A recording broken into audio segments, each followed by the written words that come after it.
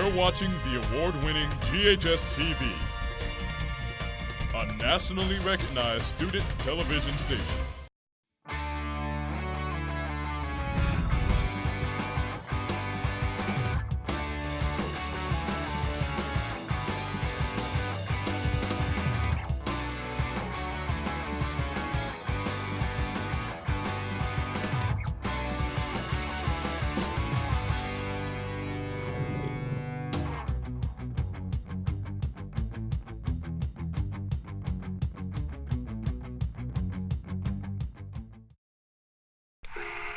I would think how words go straight up in a thin line, quick and harmless, and how terribly doing goes along the earth, clinging to it, so that after a while the two lines are too far apart for the same person to straddle from one to the other.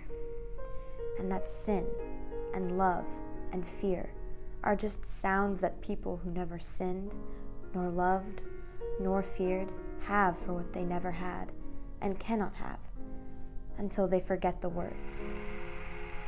William Faulkner, As I Lay Dying.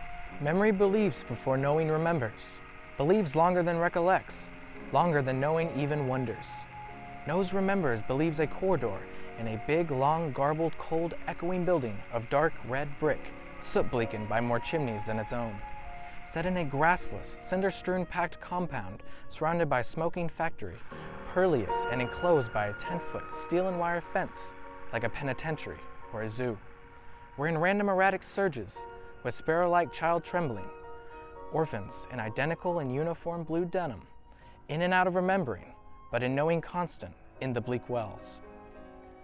The bleak windows wherein rains soot from the yearly adjacent chimneys, streaked like black tears. William Faulkner, Light in August. Some things you must always be unable to bear. Some things you must never stop refusing to bear. Injustice and outrage and dishonor and shame, no matter how young you are or how old you have got. Not for kudos and not for cash. Your picture in the paper, nor money in the back either. Just refuse to bear them. William Faulkner, Intruder in the Dust. I believe that man will not merely endure, he will prevail. He is immortal, not because he alone among creatures has an inexhaustible voice, but because he has a soul, a spirit capable of compassion and sacrifice and endurance. The writer's duty is to write about these things. It is his privilege to help a man endure by lifting his heart, by reminding him of the courage and honor and hope and pride and compassion and pity and sacrifice which have been the glory of his past. The poet's voice need not merely be the record of man. It can be one of the props, the pillars to help him endure and prevail. Hello, and welcome to this week's edition of GHS-TV's award-winning talk show, Crosstalk. I'm your host, Sarah Mayers. Today we have a very special show for you. We've traveled down to Oxford, Mississippi to visit the home of one of the most gifted writers of the 20th century. Just 80 miles south of Memphis is Roanoke, William Faulkner's private home. Here he wrote some of his best short stories and novels that are still inspiring us today. Today we're going to take you on an inside look of Roanoke. So without further ado, let's begin our tour. William Faulkner purchased the primitive large Greek revival house in 1930. Tucked amidst 4 acres of cedar and hardwood trees, the house, originally known as Bailey Place, predates the Civil War. Faulkner later renamed the estate Roanoke. It served as the family's home until 1962, the year of Faulkner's death. The first room on our tour is the library. The library's walls originally featured wildlife murals painted by Miss Ellen Bailey. Faulkner whitewashed and plastered the walls. Faulkner's mother, Maud, created a portrait of him above the mantel and a portrait of Preacher Green Ligon. Faulkner built the plain white pine shelf complete with a locking compartment underneath to store a shotgun away from the children in the house. Faulkner wrote only in this room until he added an office in the rear of the house in 1950. Once Faulkner started writing in this office, he placed his typewriter on a small table given to him by his mother. He used this table for nearly all of his years at Roanoke. Here Faulkner stretched the plot outline of a fable on the wall using a plain graphite pencil and a red grease pencil. This Faulknerian creation is reminiscent of the storyboard, a technique he likely picked up while working for various Hollywood film studios. Also downstairs, the parlor was used for special occasions in the Mary Faulkner family. This Chickering piano was used by Faulkner's wife. Her sheet music collection, located in this cabinet, dates back to the 1890s. Faulkner brought this Japanese doll back from Nagano in 1955.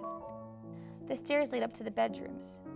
Here in Faulkner's bedroom, a pair of boat shoes still caked with mud lay on the floor, and on the mantel there is an identified number 64 that was worn by Faulkner at a Virginia horse show. The old kitchen is located on the ground of Roanoke. It was built by slaves. Throughout the grounds there are several gardens, including Faulkner's Rose Garden. William Faulkner lived a quiet yet productive life here at his beloved Roanoke.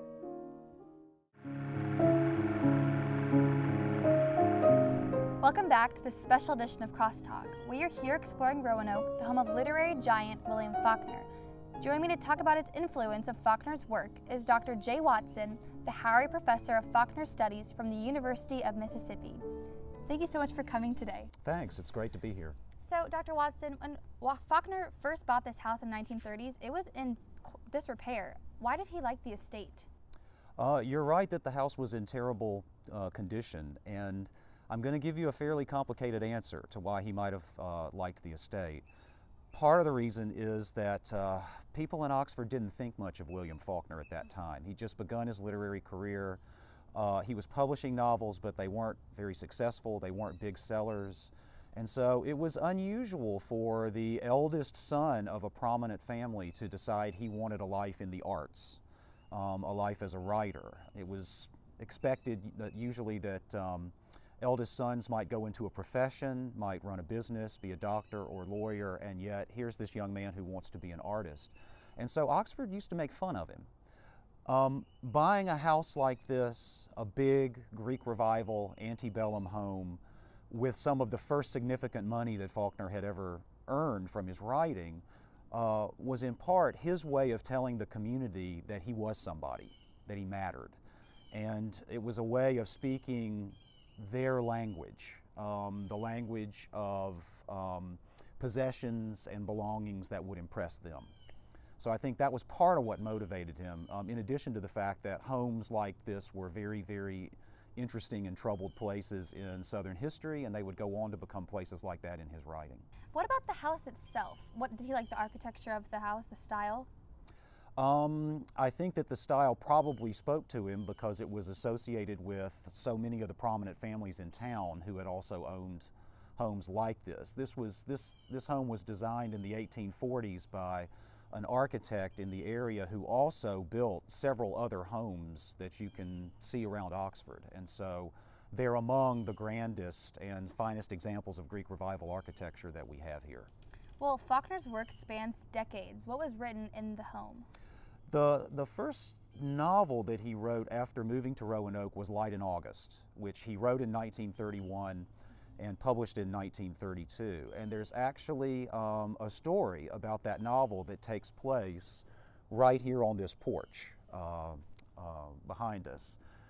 Faulkner liked to come out here on this porch and work in the afternoons. It was sort of a private place, and it was a place where he could enjoy being outdoors and still keep going on his novels and stories.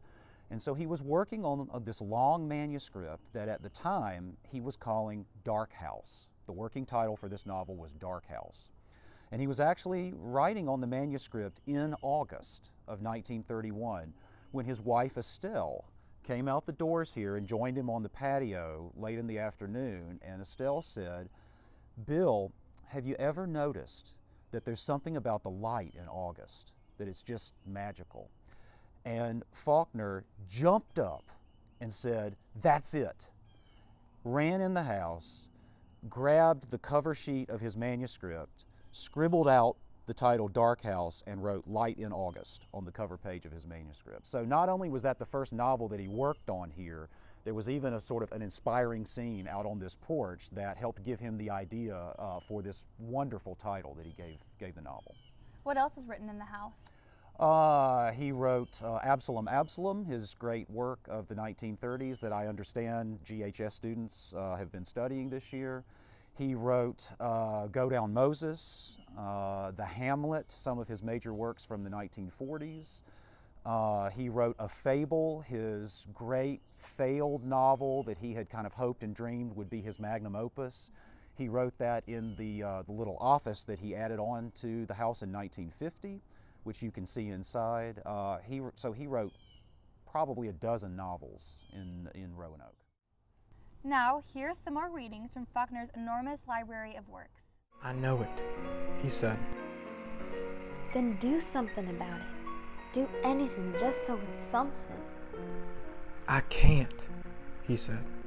There ain't anything to do? Not anything? I didn't say that, Grandfather said.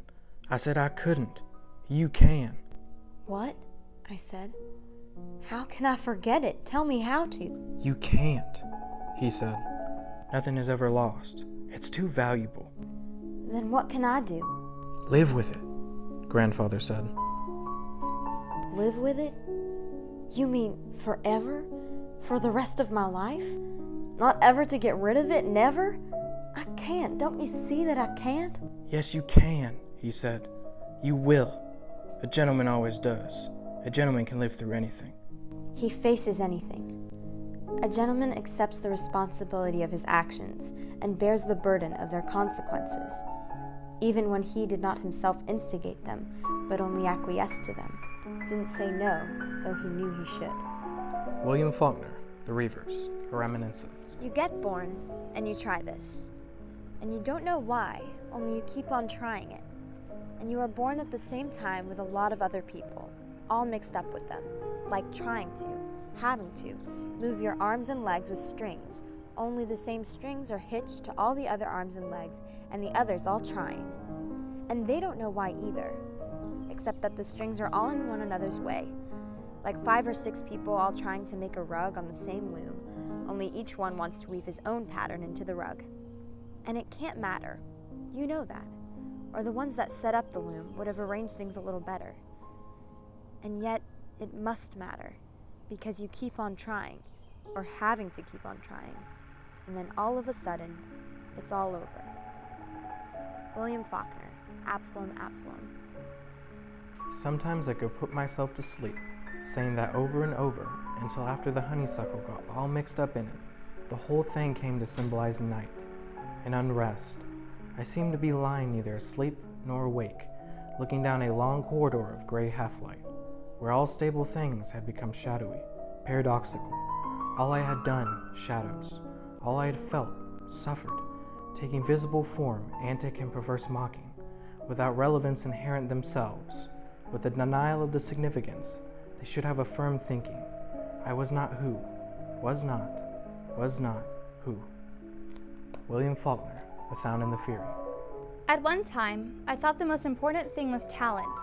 I think now that the young man or the young woman must possess or teach himself, train himself in infinite patience, which is to try and to try and to try until it comes out right.